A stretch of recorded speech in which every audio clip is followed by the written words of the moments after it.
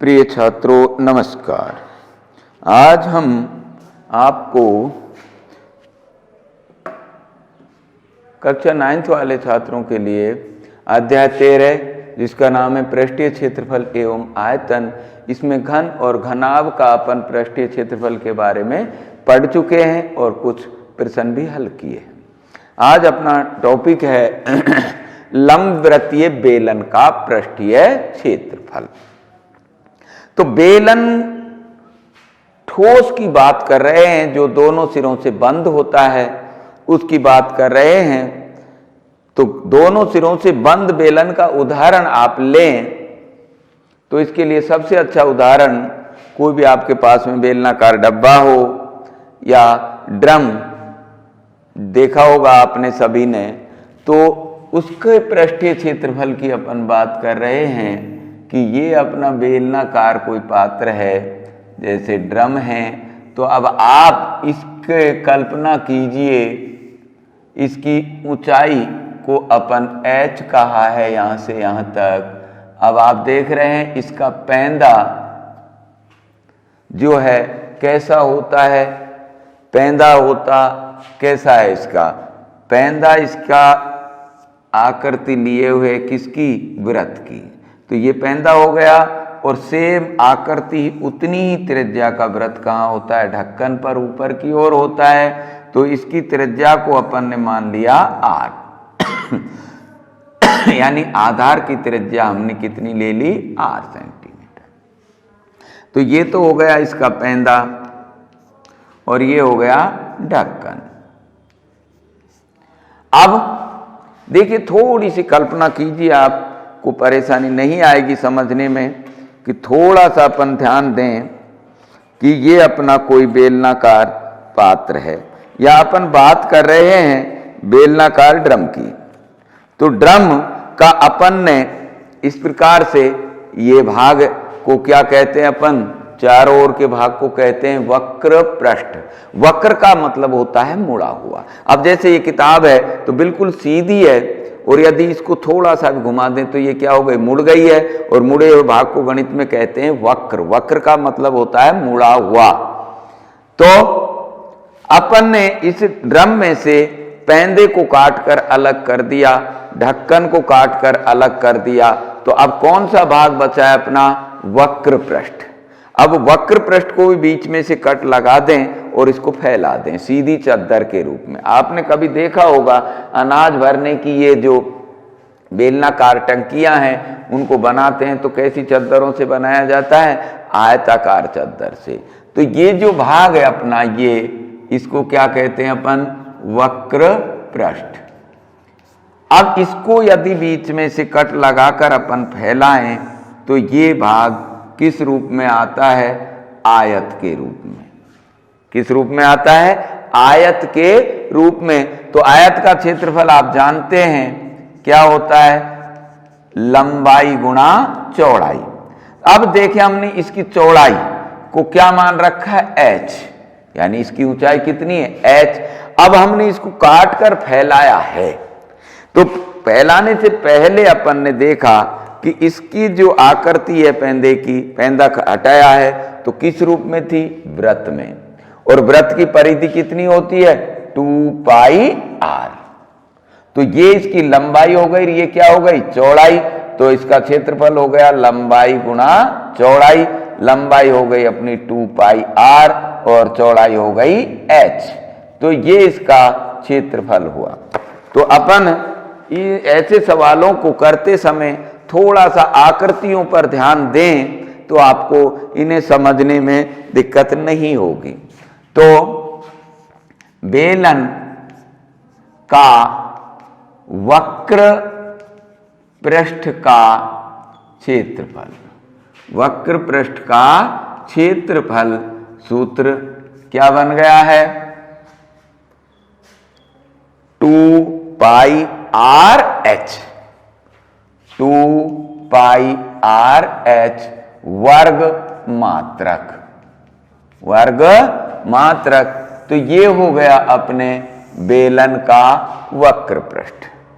अब हम बात करते हैं बेलन के संपूर्ण पृष्ठ की। बेलन का संपूर्ण पृष्ठीय क्षेत्रफल। तो देखें, बेलन का संपूर्ण यानी पूरे ड्रम का क्षेत्रफल निकालें, अपन पूरे ड्रम पर रंग करें तो कहां कहां रंग होगा। सबसे पहले पैंदे में देखें कैसा है, वृत्ताकार। ढक्कन को देखें कैसा है, वृत्ताकार। तो कितने वृत्त बने इसमें, 2। तो हिंदी देखें, 2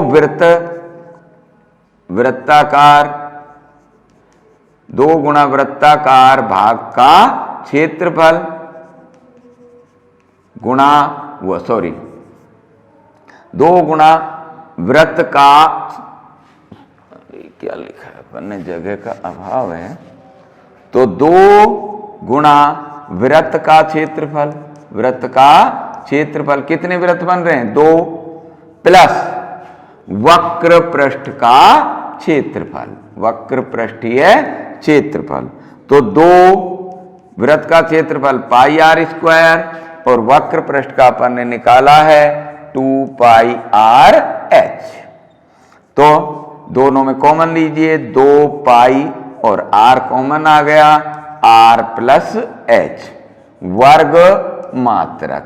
ये बेलन का संपूर्ण पृष्ठीय क्षेत्रफल यानी दो ढक्कन और पैंदा प्लस वक्र पृष्ठ तीनों का क्षेत्रफल कितना हो गया, 2πr into r plus h। तो अब इन 2 सूत्रों पर आधारित अपन क्वेश्चन लेते हैं, जिसमें आपका है सबसे पहले उदाहरण नंबर 3।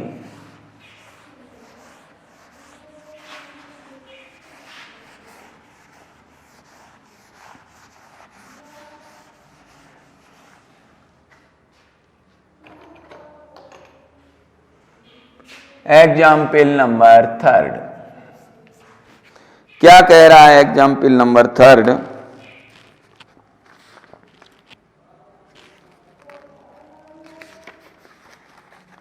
सावित्री को अपने विज्ञान के प्रोजेक्ट के लिए एक बेलनाकार टेलीस्कोप कैलिडोस्कोप का मॉडल बनाना था। इस कैलिडोस्कोप को वक्र पृष्ठ बनाने के लिए चार्ट का प्रयोग करना चाहती है। यदि वह 25 सेंटीमीटर लंबाई और 3.5 सेंटीमीटर त्रिज्या का कैलिडोस्कोप बनाना चाहती है तो इस चार्ट कागज के कितने क्षेत्रफल की आवश्यकता होगी। यानी वो एक गत्था लिया है, उसने चार्ट लिया है, सफेद चार्ट जो होते हैं, और उससे वो ऐसा बेलनाकार कैलिडोस्कोप बनाना चाहती है। तो इसकी त्रिज्या हो गई 3.5 सेंटीमीटर और ऊंचाई है उसकी यानी लंबाई जो दे रखी है वो कितनी दे रखी है आपको, 25 सेंटीमीटर। 25 सेंटीमीटर।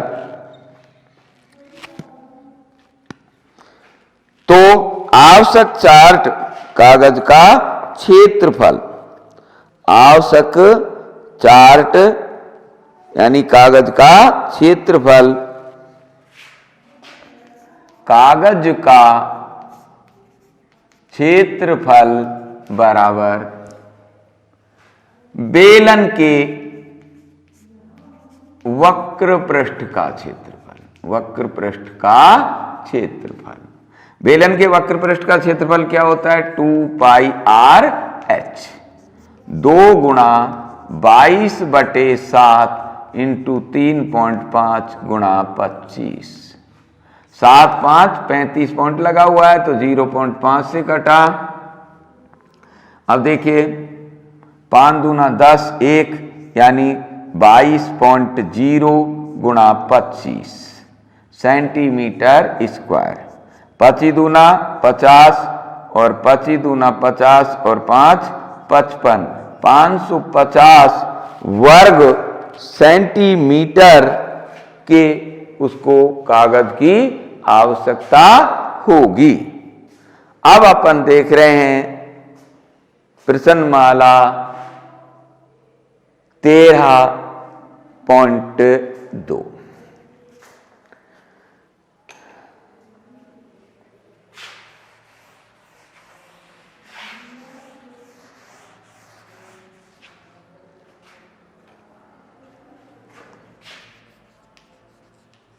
प्रश्नमाला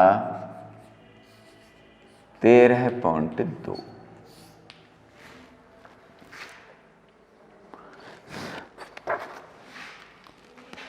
जब तक अन्यथा ने कहा जाए पाई का मान 22/7 ही आपको रखना है। क्वेश्चन नंबर 1, ऊंचाई 14 सेंटीमीटर यानी h बराबर अपन को दे रखी है 14 सेंटीमीटर वाले एक लंबवृत्तीय बेलन का वक्र पृष्ठीय क्षेत्रफल, वक्र पृष्ठीय क्षेत्रफल दे रखा है 88 सेंटीमीटर स्क्वायर। बेलन के आधार का व्यास ज्ञात करना है। तो देखें, चूंकि वक्र पृष्ठ का क्षेत्रफल होता है 2 पाई आर एच, तो ये भी वक्र पृष्ठ का क्षेत्रफल है, ये भी वक्र पृष्ठ का, तो 2 पाई आर एच बराबर कितना हो गया 88, 2 गुणा 22/7 गुणा आर गुणा एच बराबर 88, 7 दूना 14, 22 दूना 44 दूना 88, तो आर बराबर 88/88 कटकर आ गया 1 सेंटीमीटर। अब उसने पूछा है व्यास, तो व्यास बराबर होता है 2 गुणा त्रिज्या। व्यास त्रिज्या का दुगना होता है, तो 2 गुणा 1 किया तो 2 सेंटीमीटर उसका व्यास हो गया। तो आधार के बेलन के आधार का व्यास हो गया है अपना 2 सेंटीमीटर। अब नेक्स्ट क्वेश्चन दूसरा,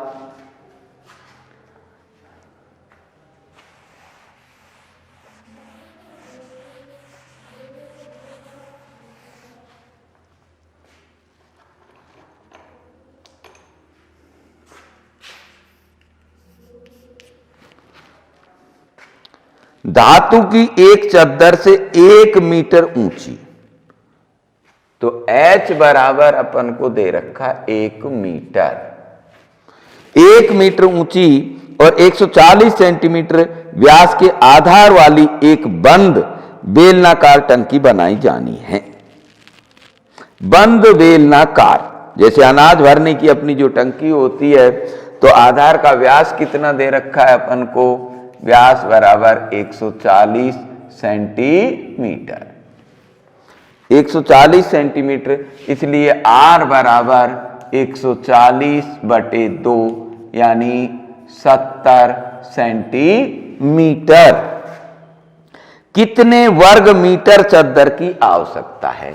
देखिए ऊंचाई उसकी 1 मीटर में है, ये किस में है सेंटीमीटर में, तो इसमें अपन कितने का भाग दे दें 70 में, 100 का भाग दे दें, तो 0.7 मीटर इसकी त्रिज्या हो गई।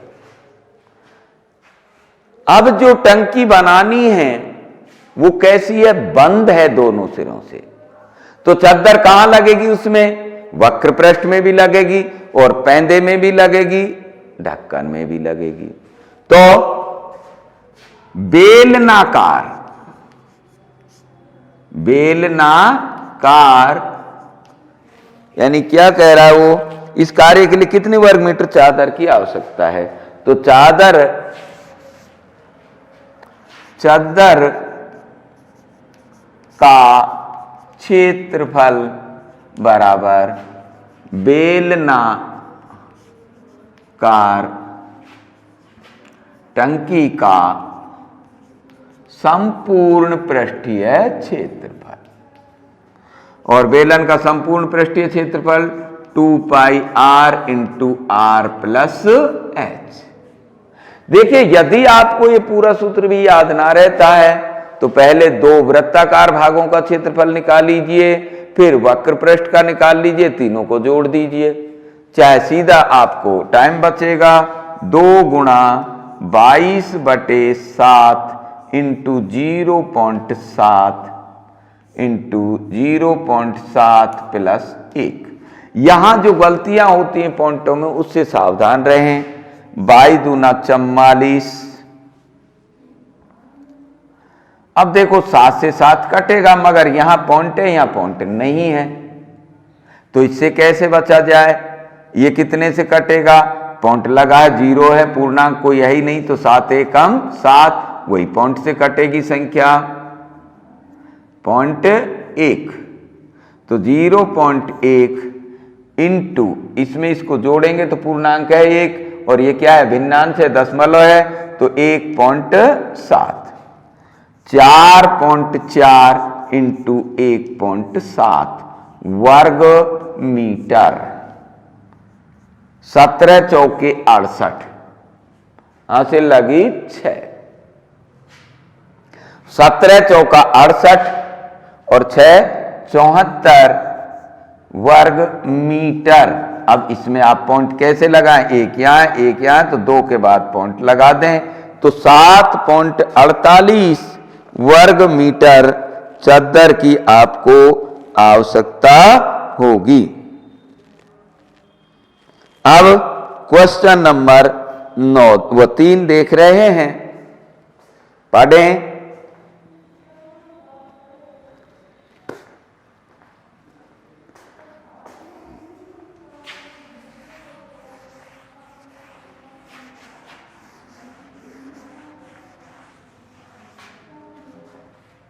क्वेश्चन नंबर 3,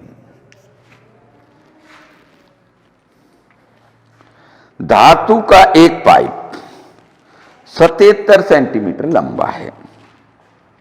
इसके एक अनुप्रस्थ काट का आंतरिक व्यास, देखिए ये धातु का बना हुआ कोई पाइप है,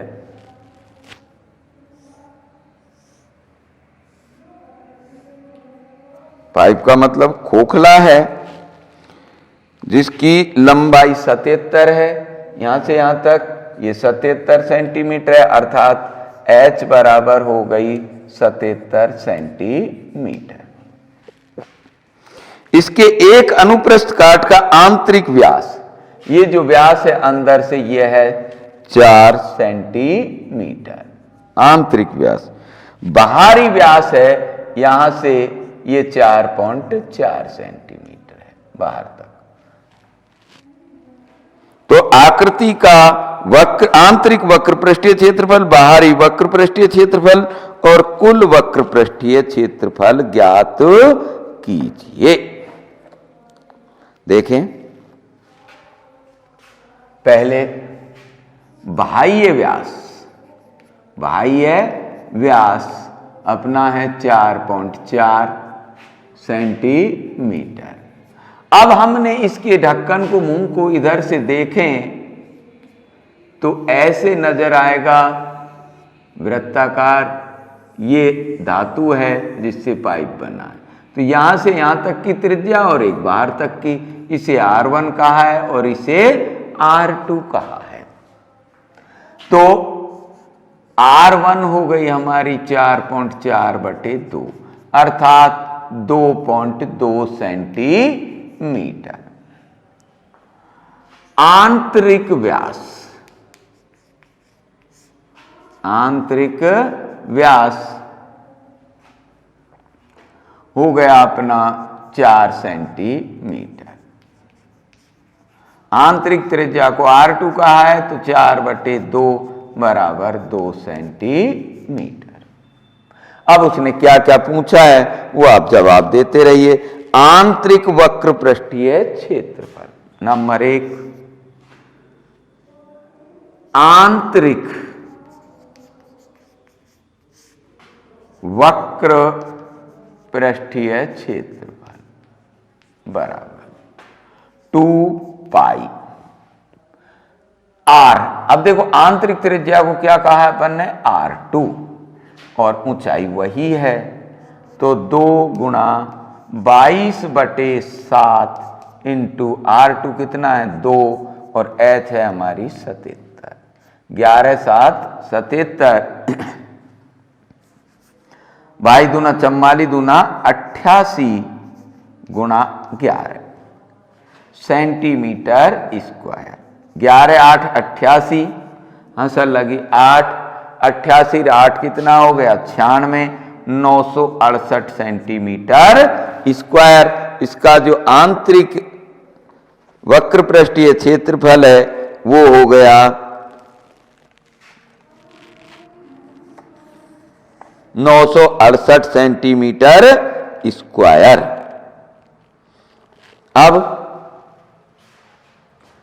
अब देखें अपन बाह्य वक्र पृष्ठीय क्षेत्रफल। बाह्य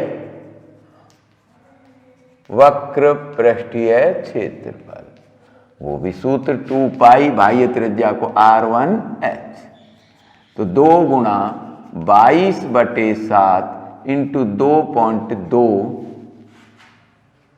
गुणा 77, 11 7 77 करें, बाई दूना 44 गुणा 11 दूना 22 और 2 24.2, तो इसको गुणा करें अपन, 24.2 गुणा 44 करें, 4 दूना 8, 4 चौका 16, 4 दूना 8 1 9, 8 6 9, 8 8 6 14, 9 और 6 15 और 1 16 10। अब एक के बाद पॉइंट लगा दें, तो ये आ गया अपना 1064.8, 1064.8 बिल्कुल 1064.8 सेंटीमीटर स्क्वायर। अब आपसे क्या पूछा गया है, कुल पृष्ठीय क्षेत्रफल। क्या पूछा है, कुल पृष्ठीय क्षेत्रफल। तो कुल पृष्ठीय क्षेत्रफल इसका क्या होगा, आप देखें,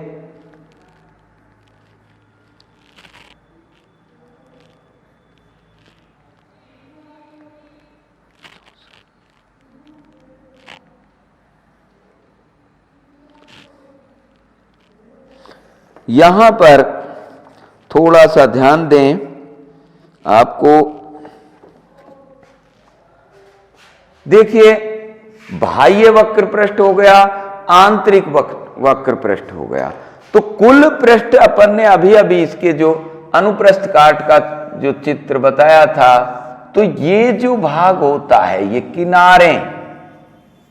किनारे जो होते हैं इनका भी क्षेत्रफल निकलेगा। इन्हें क्या कहते हैं अपन, वलय कहते हैं। क्या कहते हैं, वलय। तो कितनी वलय बनती है एक पाइप में, दोनों सिरों पर बनती है। तो 2 वलय का और निकालें अपन, यानी 2 वलयों का क्षेत्रफल, तो 2 हैं, 2 गुणा बड़े वृत्त का क्षेत्रफल माइनस छोटे वृत्त का क्षेत्रफल।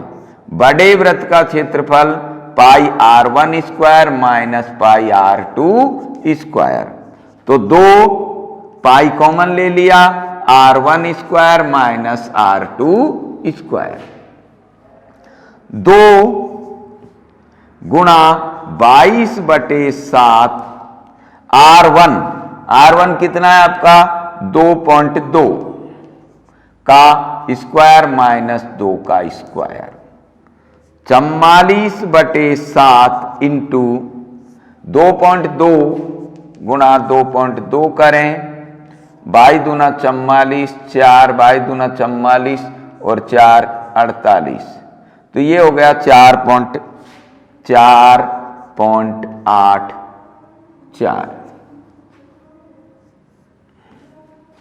इसको गुणा करें अब, 44 गुणा 4 चौके 16, हासिल लगी 1, 8 चौका 32 और 1 33, हासिल लगी 3, 4 चौका 16 और 3 19, 4 चौके 16, 4 8 32 और 1 33, 4 चौके 16 और 3 19, 6 3 9, 9 और 3 12, 9 और 1 10 और 1 11। तो ये आ गया आपका 212.96, 212.96 बटे 7। अब इसमें भी भाग दे लीजिए आप। अब भाग कितने का दें अपन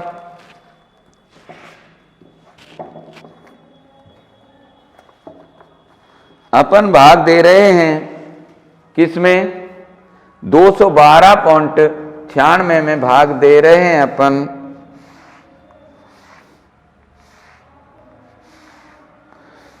212.96 में भाग दें अपन 7 का, तो 7 एकम 7 या 21, 7 या 21, भाग टूटे की 0 पॉइंट लगा दिया,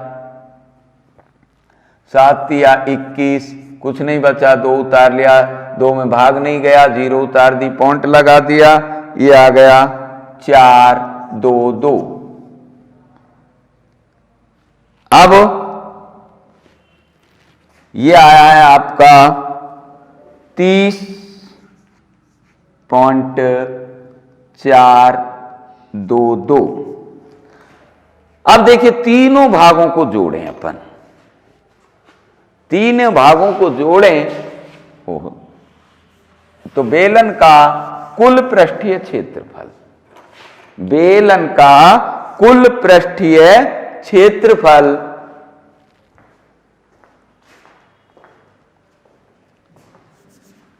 बेलन का कुल पृष्ठीय क्षेत्रफल हो गया 968 प्लस 1064.8 प्लस 30.422। जोड़ें अपन 968 1064.8 और 30.42। 2 8 4 12, 1 8 4 12 और 1 13, 6 6 12, 3 15 और 1 16, 9 और 1 10, 263.22। और इसमें कितना आ रहा है,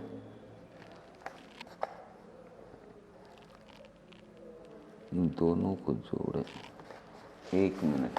देखिए इसमें आपका ये वलय का नहीं जोड़ा गया है शायद, तो 968 और 1064.8।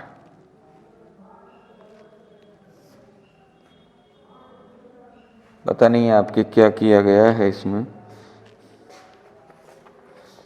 कुल पृष्ठीय क्षेत्रफल, कुल पृष्ठीय क्षेत्रफल ये हो गया है आपका, कितना हो गया है, अपन अभी जोड़ा था 263.22 सेंटीमीटर स्क्वायर। ये खोखले बेलन का संपूर्ण पृष्ठीय क्षेत्रफल होता है। बस आज के लिए इतना ही, धन्यवाद।